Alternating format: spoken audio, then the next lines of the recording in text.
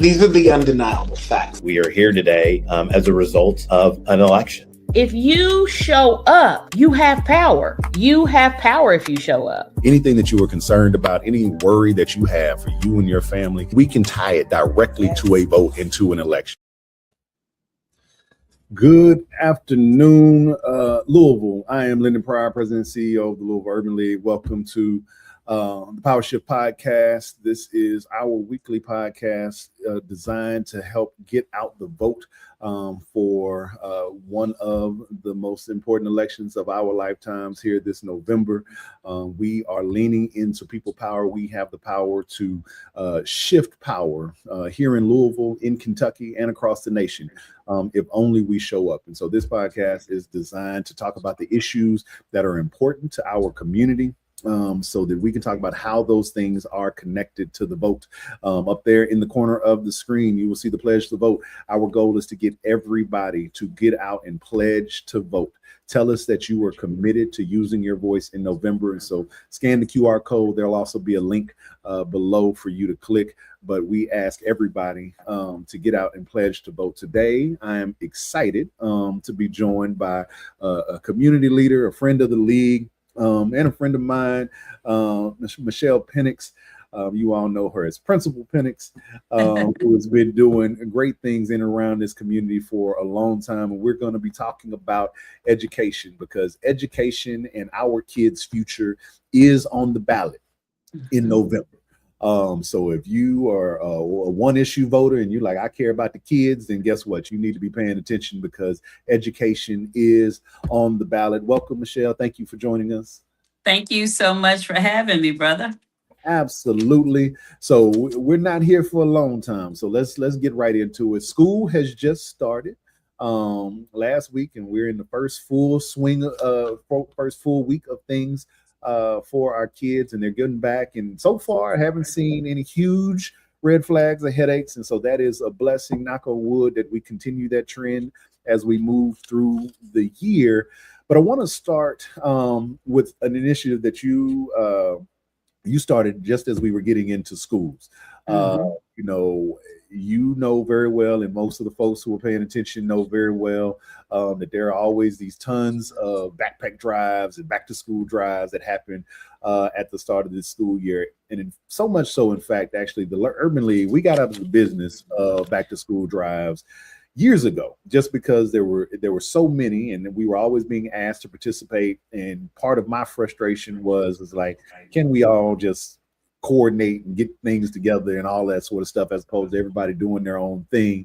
But also, there's a question of like need, right? Like, what do the kids really need? Does everybody need a backpack? Does everybody need a binder and pencils? And here lately, you this year in particular have started something called Beyond Backpacks to really emphasize what is the need for kids heading back to school. And so can you talk to us a little bit about Beyond Backpacks and what's driving that?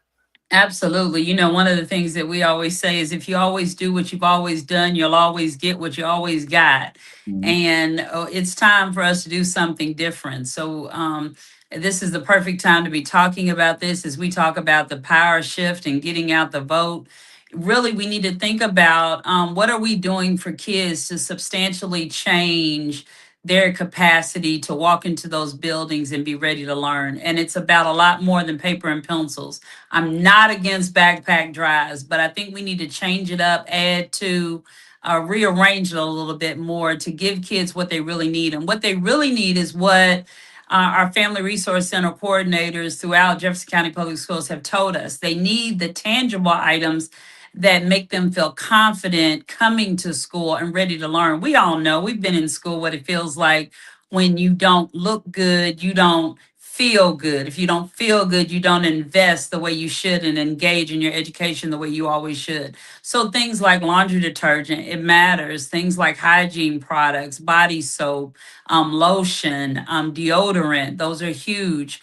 Females request feminine products. So there's a number of ways that we can help. And then outside of the backpack and things that don't really carry inside of it, we can talk about tutoring and mentoring experiences. The Urban League has been a great advocate for tutoring in our community through the Kumon project and what a difference that's made. So we just want to make people aware that there are multiple ways to give besides pens and pencils and paper, things that schools can readily get their hands on.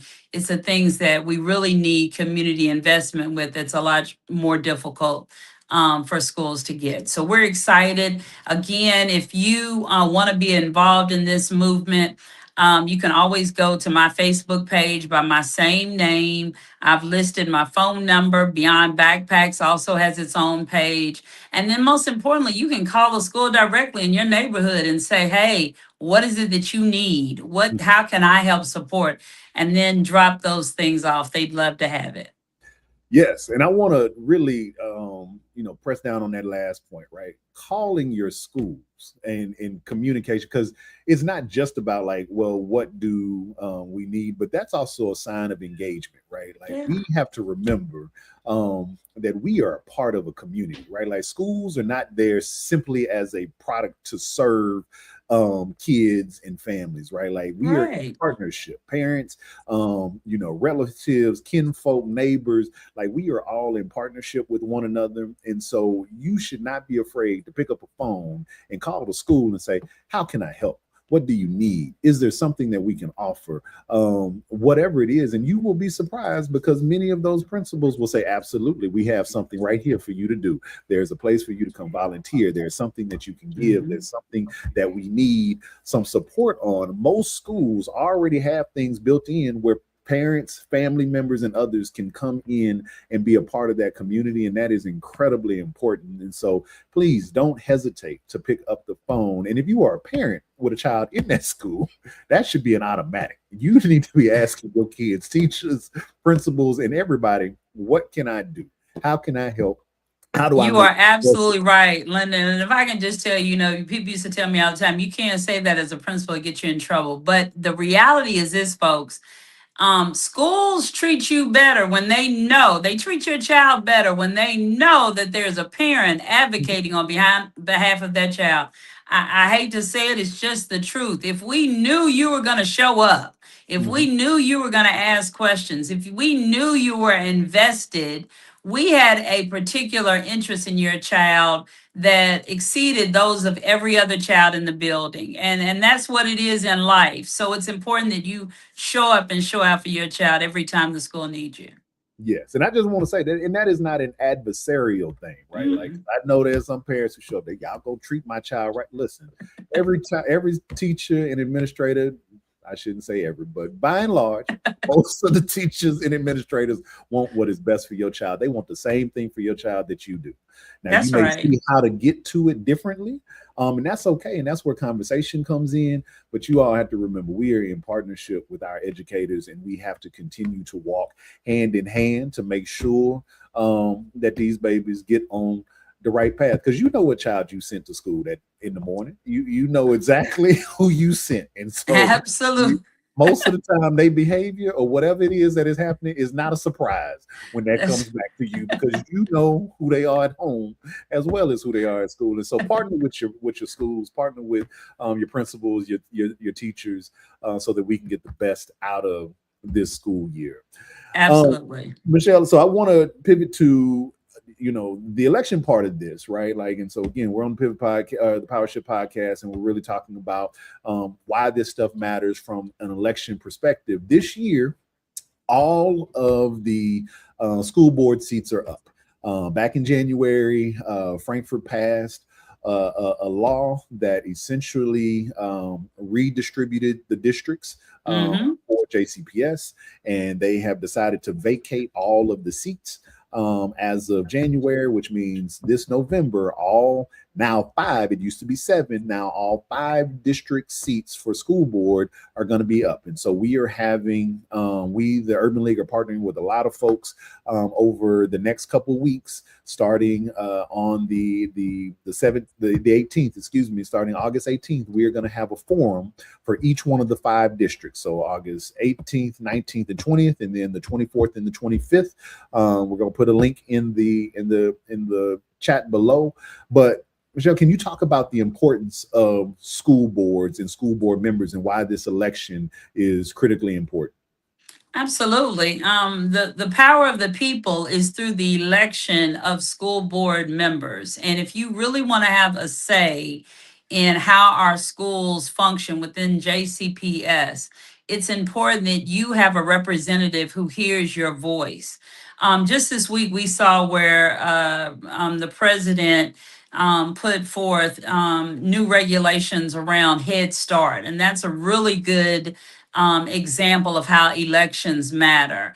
Basically, he has removed a lot of the regulations within the Head Start program since its first introduction. And one of the biggest ways that we can see and we'll know how that feels is he's removed the cap size for classrooms in Head Start. So, for instance, in a 2-year-old classroom, the regulation said it was one adult to 4 children. He's now taken that 4 children off, and that size can be as large as the school, as the setting allows for.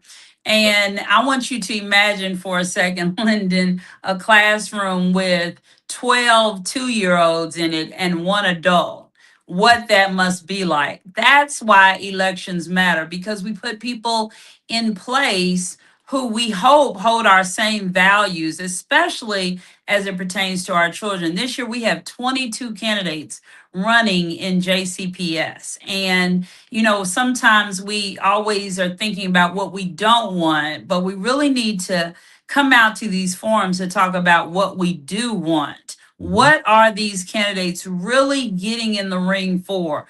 We've all seen national stories of school boards that have totally flipped and are almost taken over by a conservative or far leaning left group of board members, and how that's affected the daily lives of kids in their communities. And so in order for us not to be in that same position, we need to turn out, we need to ask questions, we need to ask the right questions and see what really is at the hearts of those who want to be a part of what's happening in Jefferson County Public Schools. Absolutely. And I think it's important to remember, like, the school board, JCPS school board, makes really important, tangible decisions that affect our kids. It was a couple of years ago that the school board pulled buses away from kids in magnet schools, right? And Yeah. there was a great big fight about how that happened and what that was going to mean. The student assignment plan, right, is something that goes through the board when we talk about budgets and what types of positions get funded versus don't get funded. All of that happens through our school board. And so it is really important to understand the people who we put on that board are going to be making incredibly consequential decisions. And I would say, particularly given that we are now in year 2 of a brand new superintendent who, let's be honest, was handed a big old pile of poo with regard to finances and having to change things around.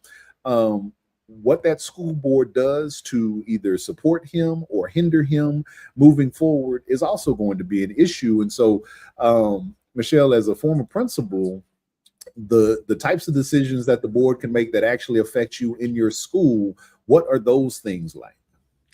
Well, it's interesting because if I could focus our attention around the importance and the priority of education being the main thing, reading and writing and math. And so just today I saw on social media where a substitute teacher, I think in Texas, was lamenting about the condition of high school seniors and how they weren't able to read and do math well. Well, the reality is the numbers are dismal. We are not where we need to be, and that is not improving. But we have the opportunity now with the new superintendent to set the bar even higher with in terms of our expectations and accountability for student achievement as long as we stay focused. So it's important that we look at those candidates and ask about their background, their understanding of education, how it works, the importance of reading and writing and math. Are they aware of current trends? Are they informed about what's happening around the country? How Jefferson County looks different, how we look the same, but most importantly, how we can really move the needle. It's not so much about what the school board members know, but do they know how to ask the right questions? Mhm. Do they know how to ask the right questions to really support the superintendent while holding him accountable for student achievement? That has been, the goalpost since he's come. He's talked about every student every year. So now that we've got a year of restructuring from the previous superintendent under our belt, it's time to move decisively into raising student achievement, student learning. And I don't think there's a more important question for our school board members, because here's the truth of it. We're going to make sure our kids are on the bus if we know that they're learning. When we Right. know that it makes a difference, when we know that our kids are reading and achieving and they're talking about school and they're excited to go and they're curious and they're spending time doing their homework on their own, we know something good is happening in our schools. So that's really where we need to hold the candidates' feet to the fire, making sure that they have that wide range of information to be most effective. Absolutely. We want in school board candidates, we want them to be, quite frankly, what we hope our kids will be, which is critical thinkers. They do not have to have all the answers. They do not have to be professional educators necessarily to be school board representatives, but we do need them to be thinking critically, which means they need to be people who research and do good research, not just the first thing that they pulled off of Google AI, but who are doing actual research around the issues that are facing and affecting our district and our schools, and have the ability to reason when it comes to what is actively happening. I saw a couple comments were asking around like places to go to the forum. So number one, yes, the forums will be live streamed, and so you will be able to watch them online, but I want you to show up in person. And the reason is that because it changes the way people behave, the way people answer when they have to look at you face to face, when they see you looking right at them, for them to have to see the constituents that they are going to represent. And so if you can be there in person, I really strongly suggest that you are, and bring your kids. Because they're representing your children as well. And you would be surprised. I've brought my daughter to school board meetings before, and you'd be surprised about the perspective that kids have around the questions that adults ask or the things that adults say. And so make it a family affair, because this is going to affect our family. Before we get out of here, Michelle, anything else you want to add?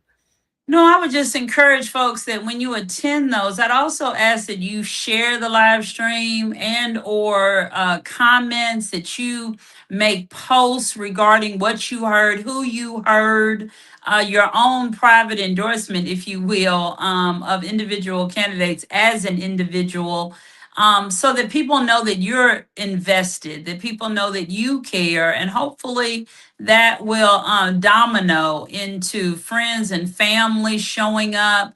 And then, of course, the entire community coming out to pick our next leaders for the school board in November. Absolutely. Well, thank you, Michelle, for your time. We appreciate your expertise and your commitment to this community and to our kids. We need 100 or 1,000 more just like you, so that we can make sure that the next generation is prepared to go out there and learn and lead this community. Family, thank you all for joining us here for the Power Shift Podcast. Last thing I will say, again, parents, if you haven't already talked to all your kids' teachers, please do. You are partners in this. I can't say it enough. I come from a family of educators, and so I would not be who I am if I were not telling you that they need your help and your assistance in making sure that the best things happen for your child and for our community. So please do that. Check us out here next week. We hope to see you at the forums. Again, they start August 18th. We have one for every district. Find out what district you're in and then show up to that forum. We look forward to seeing you, and we'll talk to you soon. Peace.